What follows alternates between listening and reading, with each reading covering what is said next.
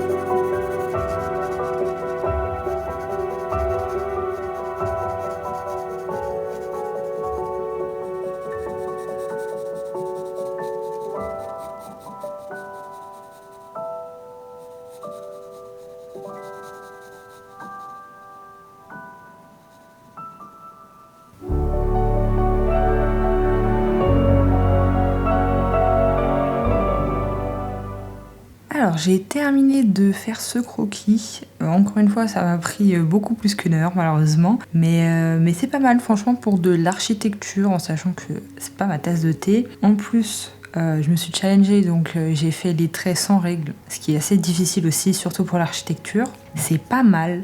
Il y a des trucs qui sont pas top, par exemple au niveau des colonnes de la petite tour. Faut fermer les yeux sur certaines colonnes, quoi.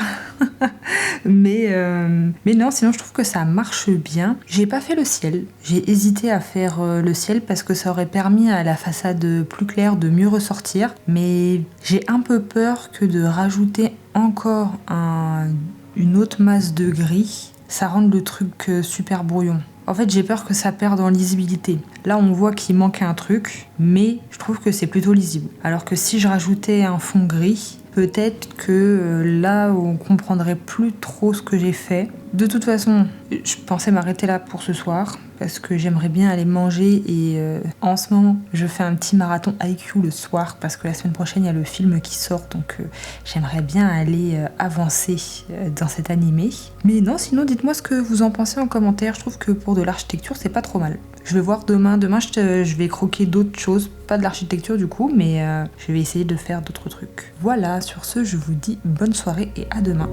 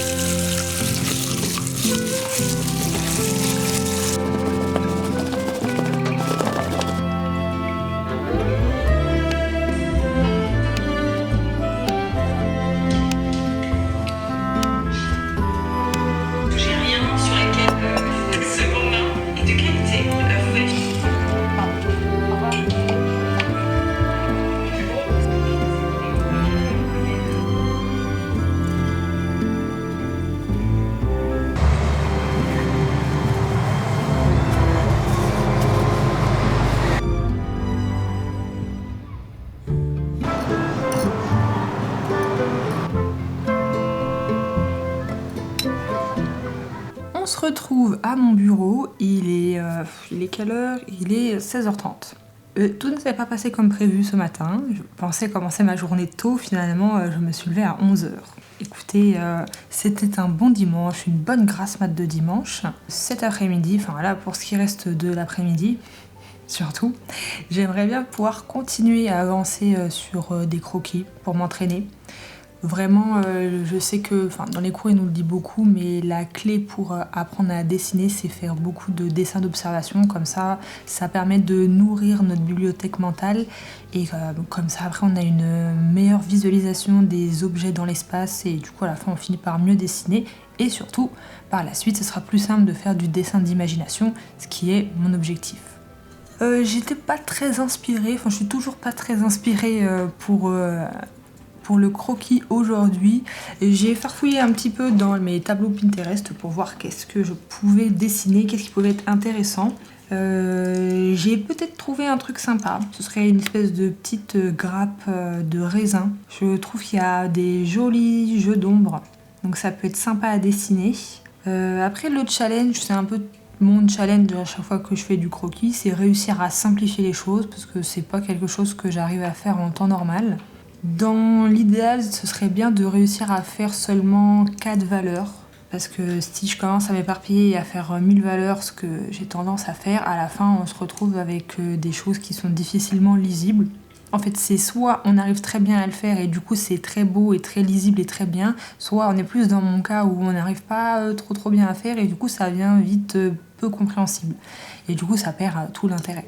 Donc là je dis pas que je vais réussir à le faire en 4 valeurs, c'est juste une idée que j'ai par la suite de pouvoir faire du croquis en seulement 4 valeurs. Parce qu'en plus comme le croquis ça doit être rapide vu que c'est du dessin d'observation, on n'est pas censé passer plusieurs heures dessus, pas besoin de faire 1000 valeurs. Mais bon, pour aujourd'hui, on va voir comment je le ressens, peut-être 5 valeurs. Allez, on commence doucement, on diminue progressivement. Mais bon, ça peut déjà être un bon entraînement. Je vais toujours le réaliser au crayon de papier, on se casse pas la tête. Et pour finir cette journée, je vais essayer de regarder un petit peu des vidéos de mon cours de croquis.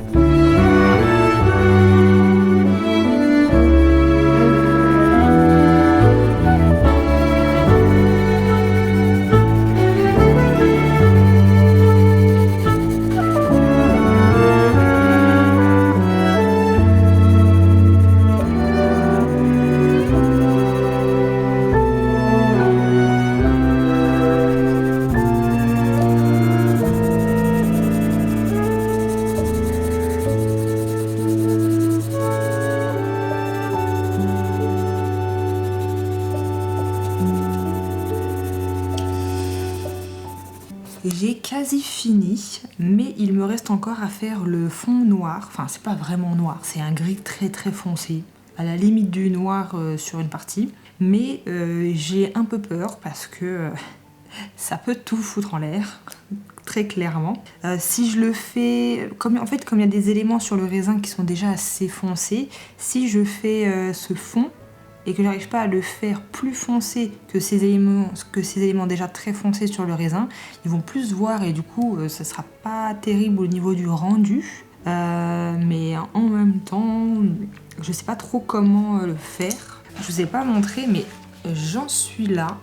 Je trouve que pour l'instant c'est très joli, j'adore l'ombre. Je trouve que l'effet de lumière est très beau. Et quand je vais rajouter le fond foncé, la partie lumineuse du raisin ressortira encore mieux. Et il y aura vraiment encore plus cet effet de lumière que je trouve magnifique sur cette photo. C'est pour ça que je l'ai choisi. Mais comme vous voyez, enfin peut-être que vous voyez pas très bien, désolée. Mais ici il y a déjà des éléments super foncés sur le raisin. Du coup je sais pas trop comment faire mon fond pour qu'il se voit encore. Même si quand on regarde sur la référence, on voit qu'ils se voient, ils sont à la limite d'être fondus avec ce fond foncé, mais ils sont pas fondus. En tout cas, pour le raisin, j'ai utilisé seulement un crayon 2B. Donc je me dis que peut-être je pourrais tout simplement passer sur un crayon plus gras, donc qui permettrait d'aller plus loin dans les foncés, dans la théorie. Après, je suis pas une experte parce qu'il paraît que le papier aussi joue pour beaucoup. Dans l'idée, si le papier est très fin, on pourra pas aller très loin, on va dire, dans les foncés parce qu'il sera très vite saturé en graphite. Du coup, on est limité et comme c'est du papier, c'est ça, 90 grammes le papier, donc on peut pas aller trop loin non plus. Du coup, j'hésitais avec deux autres crayons que je vais peut-être utiliser. Je pense que je vais peut-être faire avec le 4B parce que le 6B, j'ai peur que ce soit directement trop foncé. Et il vaut mieux commencer à la limite un peu trop clair et après refoncir avec le 6B par la suite que de commencer trop foncé parce qu'après c'est trop compliqué à gommer. Et sinon, j'avais pensé en système D de rajouter des endroits avec un crayon de couleur noire pour vraiment faire ressortir ces objets foncés parce que comme ils sont pas noirs, ils sont juste gris très foncés, peut-être qu'avec le crayon de couleur noire ça permettrait de les délimiter. Je sais pas, je vais tester. Je pense que je vais commencer par le 4B et je vais faire petit à petit pour voir quel rendu ça peut donner en fait.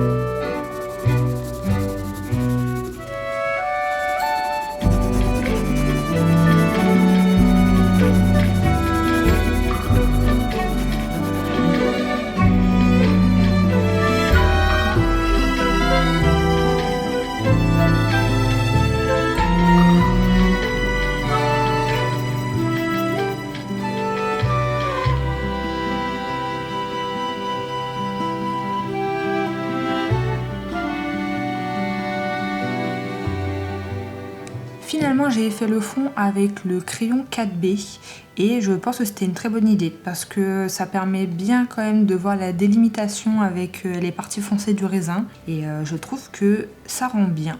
Je sais pas ce que vous en pensez, j'ai mis une petite vidéo juste avant du rendu, mais moi je trouve que c'est pas mal. Et effectivement, le papier est bien saturé par le crayon, donc je pense qu'on n'aurait pas pu faire plus foncé. Franchement, entre celui que j'ai fait hier et celui d'aujourd'hui, celui-ci est beaucoup plus joli. Et on voit que je suis beaucoup plus à l'aise à faire des natures mortes que de l'architecture. C'est beaucoup plus simple à simplifier. Non, franchement, pas mal. Très sympa. Prochainement, j'aimerais bien tester d'autres façons de faire du croquis. Je sais qu'il y a des gens qui font du croquis en utilisant seulement des feutres et ils font que du trait. Je me dis que ça pourrait être intéressant à tester parce que comme c'est directement avec de l'encre noire, ça fait vraiment bien ressortir la lumière. Ça crée beaucoup de contraste sur leur dessin et moi c'est ce qui me plaît. Mais j'ai un petit peu peur de tester ce type de technique de croquis parce qu'il faut être très à l'aise au trait. En général, les gens qui font ça, je sais pas comment ils font, mais ils arrivent à faire des traits qui sont bien droits. et ils le font à main levée en plus. Bah, je vais pas vous mentir, je suis pas sûre de réussir à faire ça, mais ça pourrait être une idée à creuser, à essayer en tout cas. En plus, j'en ai déjà des feutres, donc il n'y aurait pas besoin d'acheter d'autres choses. Et sinon, il y avait une deuxième technique qui me semble intéressante et beaucoup plus rapide, je pense, que le crayon de papier. Ce serait le Pro Marker. En gros, ils font tous les contours avec des feutres noirs standards. Et après, pour toute la partie ombrage, ils utilisent des Pro Markers gris foncé, gris moyen et un gris un peu plus clair. Ou plutôt, souvent, c'est 2 gris maximum pour avoir vraiment des valeurs réduites et aller à l'essentiel, vu que les croquis, c'est censé être rapide. D'ailleurs, ce que j'ai fait aujourd'hui, je sais pas si on peut vraiment qualifier ça de croquis. C'est plus un dessin fini. Mais bon, voilà, c'est des petites pistes que j'aimerais explorer par la suite. Je sais pas si vous faites des croquis. Si c'est le cas, vous préférez croquer avec quoi? Plutôt crayon de papier, plutôt des feutres? Dites-moi en commentaire, ça m'intéresse. J'aimerais bien savoir un peu comment vous faites ça. En tout cas, c'est très intéressant de faire du dessin d'observation. C'est pas toujours très inspirant, mais je trouve que c'est vraiment un bon entraînement. Voilà, écoutez, je pense que la vidéo touche à sa fin. Je vais pas regarder je vais pas faire de cours de dessin ce soir finalement. J'en ai déjà un peu plein la tête avec le dessin que j'ai fait. J'ai pas envie de regarder des cours pour dire de regarder des cours et de pas vraiment les suivre. J'espère que cette vidéo a quand même pu être intéressante pour vous. Avant de vous quitter, je voulais vous faire un petit retour sur le livre que je vous ai présenté dans mon dernier vlog.